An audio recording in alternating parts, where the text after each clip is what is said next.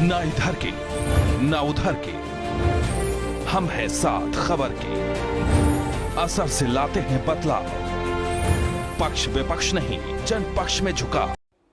Sapa supremo Akhilesh Yadav ने ममता बनर्जी का किया समर्थन। कहा, जहां 9 क्षेत्रीय दल मजबूत वहां उसके समर्थन में लड़ा जाए चुनाव।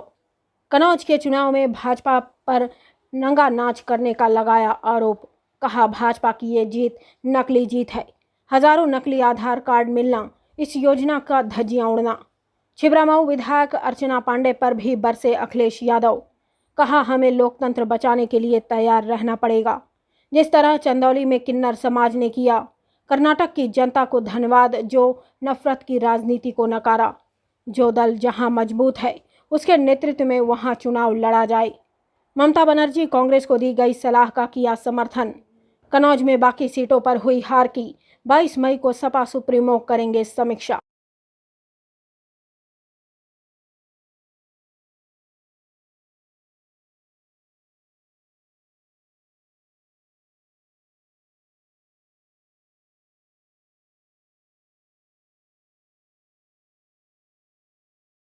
जनता को आने वाले समय में लोकतंत्र को बचाने के लिए तैयार रहना पड़ेगा।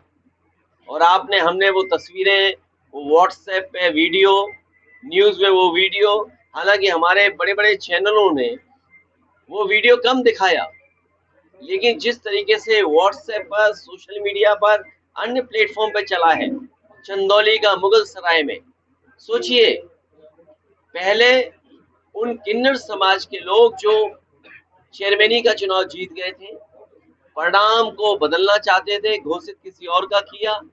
जब उन्होंने हाथ में लाठी ले ली और पुलिस को दौड़ाया, अधिकारियों को दौड़ाया, उसके बाद वहां का परिणाम फिर उनके पक्ष में आ गया। तो इसका मतलब तो यही हुआ कि इस लोकतंत्र में कुछ लोग लातों के भूत बातों से नहीं मानते।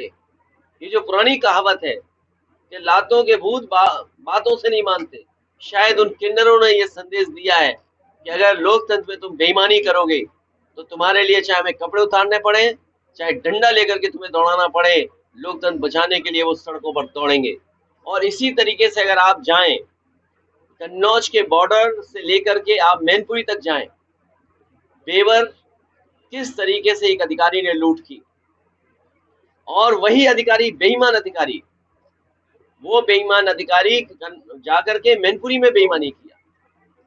तो अगर अधिकारी लोकतंत्र में सरकार के इशारे पे काम करेंगे तो वही होगा जो चंदौली में हुआ है कि वहां के किन्नरों ने अपने सम्मान को, लोकतंत्र को, संविधान को, और बाबा साहब भीमराव अम्बेडकर जी ने जो अधिकार दिया एक वोट का, उसको बचाने के लिए हाथों में डंडा लेकर के पुलिस को दौड़ाने का काम किया। उनके लिए मनाएंगे नहीं, उनके मन में जो है वो बाहर निकालेंगे। इसीलिए 22 तारीख को हमने तय किया है कि समाजवादी पार्टी के कार्यकर्ता आए और अपना हमें जो जानकारी देनी है माइक से दें, लिख करके दें या व्हाट्सएप पे दें, और 22 तारीख को हम समीक्षा कन्नौज के जो जो चुनाव हुए उसकी करेंगे।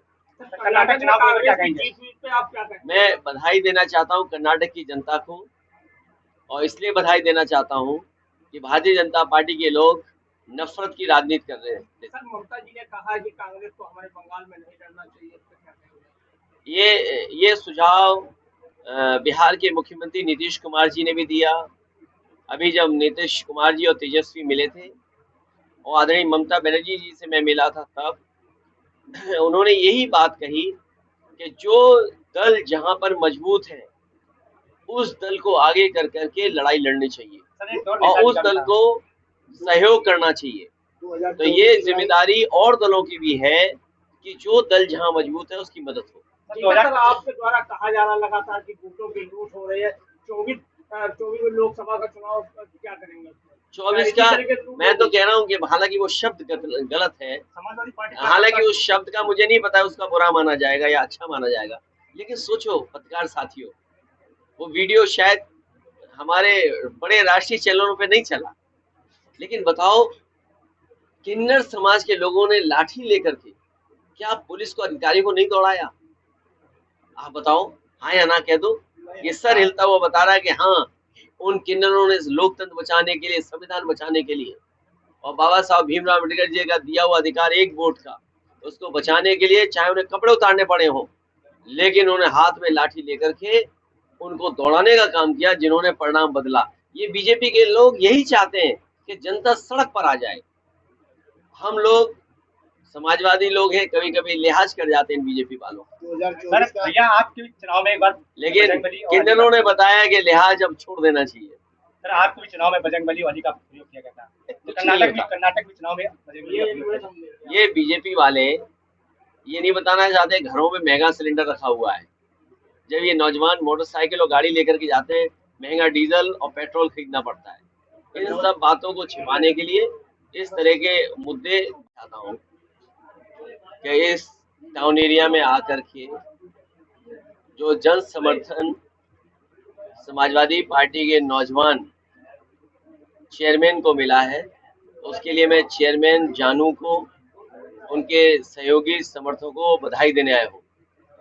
ये पहली बार चुनाव लड़े समाजवादी पार्टी से और पहली बार ही ऐतिहासिक जीत हासिल की, और तब जीत हासिल की है जब भारतीय जनता पार्टी ने पूरे कन्नौज में नंगा नाच किया। ये शब्द का इस्तेमाल नहीं करना चाहिए मुझे, जितना नंगा नाच लोकतंत्र में हो सकता है भारतीय जनता पार्टी ने यहाँ किया। यहाँ पर लगातार अधिकारी, कुछ अधिकारी तो पक्ष में थे, लेकिन कुछ अधिकारी पूरी तरीके से भारतीय जनता पार्टी के इशारे पर काम कर रहे थे। और कभी ऐसा हो सकता है कि विपक्षी पार्टी के नौजवान नेता के साथ व्यवहार खराब हो, हमारी पार्टी का एक कार्यकर्ता के साथ व्यवहार, अपमानजनक व्यवहार हुआ, अपमानित किया गया उसको, और सरकार के इशारे पर, बीजेपी के इशारे पर जगह जगह फर्जी आधार कार्ड बने हुए थे। आज के जमाने में जहां पर बीजेपी की सरकार में लाखों करोड़ रुपए खर्च किए गए हों इस बात को लेकर के कि आधार नकली नहीं बन सकता। अगर एक व्यक्ति की पहचान है तो वो पहचान दूसरा व्यक्ति नहीं बना सकता है। जिस योजना पर लाखों करोड़ रुपए खर्च हुए हों, उस योजना के धज्जियां उड़ा दी गई हों और फर्जी आधार मिले, यहाँ एक दो नहीं मिले, हजारों की संख्या में। यहाँ की विधायक महिला होकर के जो व्यवहार करती है, पुरुषों को भी मतलब क्या बोलूं मैं, पुरुष भी शर्मिंदा हो जाएंगे। एक महिला विधायक बूथों में घुस जाए, फर्जी वोट डाले। छिबरामऊ में फर्जी वोट डाला, गुरसाईगंज में विधायिका और उसके सहयोगी समर्थक घुस गए और वोट डाला नकली। जब आधार नकली, वोट नकली, तो इनकी जीत भी नकली है, इनकी असली जीत नहीं है। ये जनता की दिया हुआ फैसला नहीं है। ये बीजेपी के इशारे पर सरकारी लोगों ने जो जीत दिलाई है वो नकली जीत है, धोखे वाली जीत है। इसलिए